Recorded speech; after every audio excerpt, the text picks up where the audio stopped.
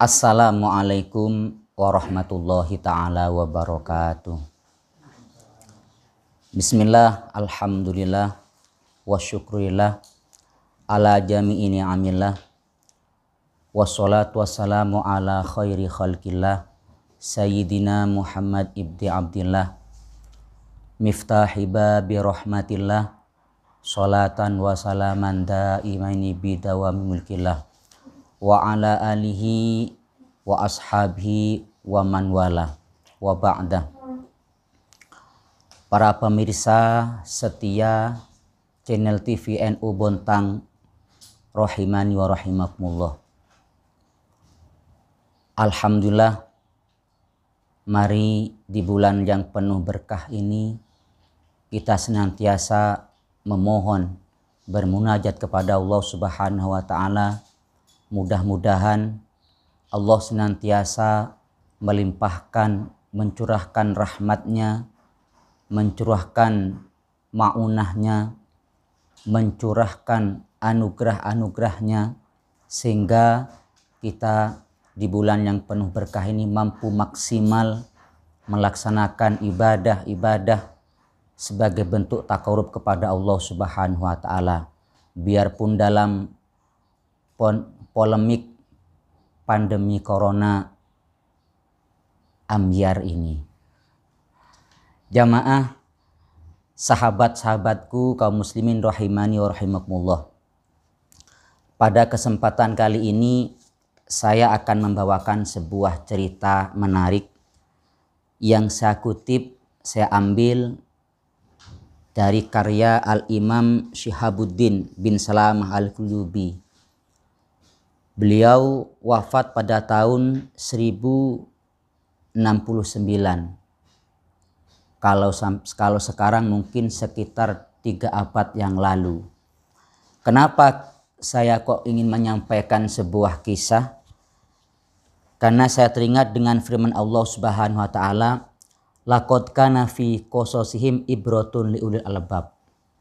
Bahwa terkadang kisah ini lebih mudah untuk dicerna, untuk diambil hikmah daripada sebuah mauidhah. Ada sebagian kelompok tertentu terkadang lebih menarik untuk menyikapi, mengambil pelajaran daripada kisah-kisah yang lalu. Sebagaimana Allah firmankan tadi bahwa kisah-kisah di Al-Quran yang dikisahkan tentang kisah para orang soleh, para nabi-nabi Allah semata adalah untuk diambil pelajaran bagi orang-orang yang belakal. Jamaah rahimani wa rahimallah, para pemirsa setia channel TV NU Bontang. Di sini saya akan mengangkat sebuah kisah bagaimana kesalehan seorang perempuan, seorang istri membuahkan keberkahan dalam keluarga.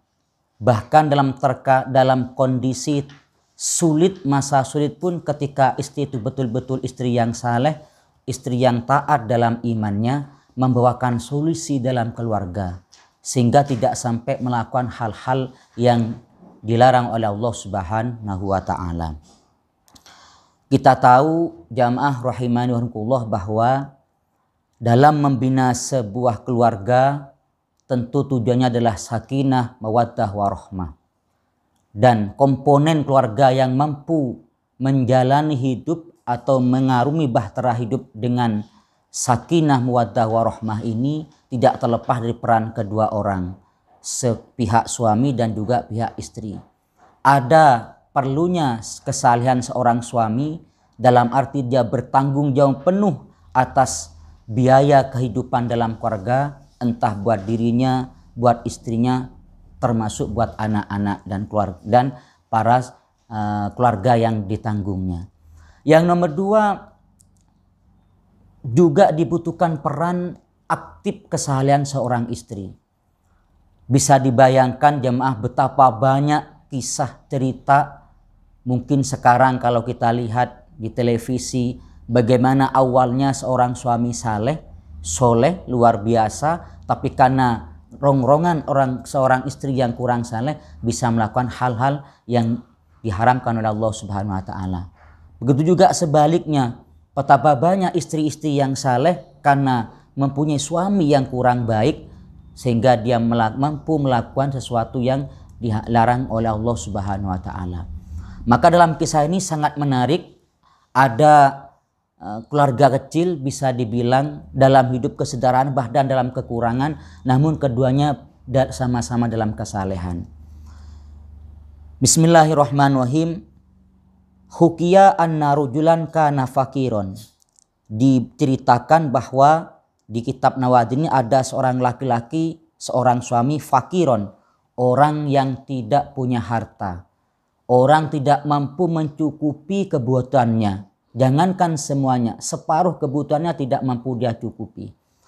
Walahu zaujatun sholihatun. Tapi kelebihan seorang suami ini, dia mempunyai seorang istri yang sangat saleh, taat beribadah, rajin dalam ibadahnya, ngajinya, termasuk juga patuh kepada suami, tidak pernah nuntut kepada suami.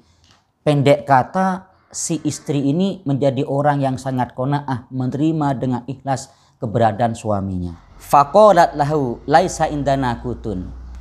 Kemudian di suatu hari si istri matur kepada suami, "Mas, ayah, kakanda, mohon maaf, untuk hari ini bekal hidup kita habis, tidak ada beras di belakang." Mendengar penyampaian istri yang soleh ini, seorang suami tadi kaget sembari mengelus dada. Ya Allah, kasihannya istriku, dia sampai ngomong bahwa sekarang tidak punya bahan pokok untuk dimakan. Dengan segera fakharaja ilal haram faro'a kisan fi alfu dinarin. Maka tanpa pikir panjang, si suami yang saleh ini sebagai bentuk kesungguhannya, tanggung jawab amanah yang diberikan oleh Allah, langsung dia bergegas pergi ke tanah haram. Pergi ke suatu tempat di mana situ banyak perdagangan, pekerjaan sambil mencari kerjaan. Ternyata jamaah rahimahullah, namanya orang soleh tidak ambiar kalau tidak diuji jamaah. Ternyata di tengah perjalanan sebelum dia mendapati tempat untuk dia melamar kerja atau mencari kerjaan, dia oleh Allah dipertemukan dengan barang temuan. Kisan fi alfu dinarin. Ada satu koper, kalau mungkin sekarang, satu tas yang itu isinya uang sebanyak 1000 dinar. Kita bayangkan, kalau sekarang mungkin dirupiahkan dinarnya itu sekitar 50.000 per dinar. Ini 1000 dinar, kalikan berapa? Kemudian apa yang terjadi? Dalam kondisi kepepet, dia menemukan tas, maka fafariha bihi waja ilaiha. Dengan tambah berpikir panjang, dia ambil tas itu, kemudian dibawa pulang menemui istrinya. Wahai istriku, alhamdulillah untuk hari ini saya menemukan tas. Namun lihat reaksinya yang terjadi bagaimana jamaah, seorang istri yang salehah. Faqalat. Kemudian istri yang saleh tadi berkata, "Inna luqatal haram labudda min ta'rib." Wahai suamiku, benar ini adalah barang temuan, tetapi sesuatu yang ditemukan itu kan bukan hak kita, maka wajib bagi kita untuk memberi pengumuman atau memberitahu, siapa tahu ada orang pemiliknya datang.